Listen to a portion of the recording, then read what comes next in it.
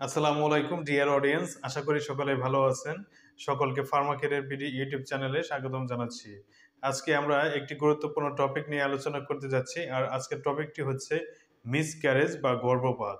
তার পূর্বে যারা ফার্মাকেয়ারের বিডি ইউটিউব চ্যানেলে আজই নতুন এসেছেন, আশা করি চ্যানেলটি সাবস্ক্রাইব করবেন, এবং যারা অলরেডি সাবস্ক্রাইব করেছেন তাদের সকলকে জানাচ্ছি অসংখ্য ধন্যবাদ। চলুন শুরু করা যাক আজকের ভিডিও। আজকে আমরা গর্ভপাত বা মিসক্যারেজ নিয়ে আলোচনা করতে যাচ্ছি। গর্ভপাত সাধারণত দুই ধরনের হয়ে থাকে, একটা হচ্ছে প্রাকৃতিক আর একটা হচ্ছে কৃত্রিমভাবে, অর্থাৎ মানুষ ইচ্ছাকৃতভাবে যে গর্ভপাত করে থাকে সেটাকে বলা হয় কৃত্রিম গর্ভপাত।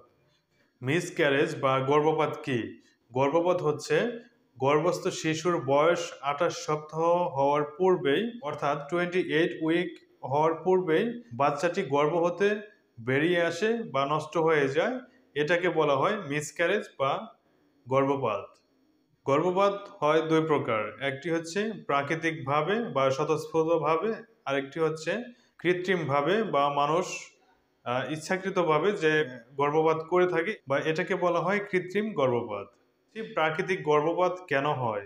গর্ভবতী মা যদি মারাত্মক অপুষ্টিতে ভুগে থাকে সেক্ষেত্রে প্রাকৃতিক গর্ভপাত হয়ে থাকে। গর্ভবতী মা যদি শারীরিক এবং মানসিকভাবে সুস্থ না থাকে, মারাত্মক অসুস্থতায় ভোগে, সেক্ষেত্রেও গর্ভপাত হতে থাকে।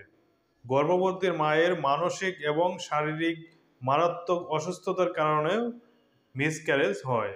মা ও শিশুর যদি জিনগত ত্রুটি থাকে সেক্ষেত্রেও মিসক্যারেজ হয়ে থাকে। ইনফেকশন বা সংক্রমণের কারণেও মিসক্যারেজ হয়ে থাকে। এছাড়াও আঘাতজনিত কারণেও মিসক্যারেজ হয়। জরায়ুতে জন্মগত ত্রুটি বা টিউমারের কারণেও গর্ভপাত হয় বা মিসক্যারেজ হয়।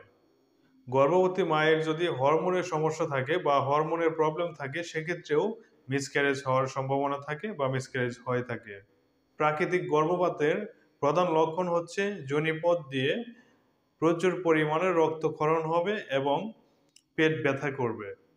গর্ভাবস্থায় যদি যোনিপথ দিয়ে রক্তক্ষরণ হয় সেক্ষেত্রে যত দ্রুত সম্ভব হাসপাতালে প্রেরণ করতে হবে রোগীকে। প্রাকৃতিক গর্ভপাত এড়িয়ে চলতে বা প্রতিরোধ করতে গর্ভধারণের পূর্বে অবশ্যই একজন অভিজ্ঞ গাইনোকোলজিস্টের শরণাপন্ন হবেন, এবং গর্ভধারণের পরেও একজন গাইনি বিশেষজ্ঞ ডাক্তারের পরামর্শ নিতে হবে। এখন আমরা জানব কৃত্রিম গর্ভপাত সম্পর্কে। কৃত্রিম গর্ভপাত হচ্ছে ইচ্ছাকৃতভাবে গর্ভপাত ঘটানো, অর্থাৎ স্ব ইচ্ছায় যদি গর্ভপাত করানো হয় বা বাচ্চা নষ্ট করে দেওয়া হয় সেটাকে বলা হয় কৃত্রিম গর্ভপাত। কৃত্রিম গর্ভপাত মানব হত্যার শামিল, অর্থাৎ একজন মানুষকে হত্যা করা আর হচ্ছে বাচ্চা নষ্ট করা, এটা একই অর্থে বোঝায় বা এটি হত্যার শামিল। যদি কোনো এমবিবিএস ডাক্তার ছাড়াই গর্ভপাত করা হয় বা ঘটানো হয় সেক্ষেত্রে আইনত দণ্ডনীয় অপরাধ বলে গণ্য করা হয়। সেক্ষেত্রে রোগী আনয়নকারী, সহযোগিতাকারী, রোগী নিজের এবং রোগীর অভিভাবকের জেল জরিমানা হতে পারে।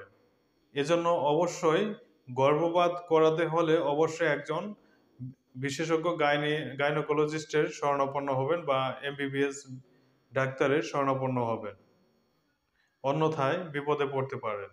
কৃত্রিম গর্ভপাত ঘটানোর পর যে জটিলতাগুলো হয়ে থাকে সেগুলো হচ্ছে মাসিকের সমস্যা, জরায়ু ছিদ্র হয়ে যেতে পারে, বন্ধ্যাত্ব এবং মাতৃমৃত্যুও ঘটতে পারে, ইনফেকশন হতে পারে বা রোগী শকে চলে যেতে পারে।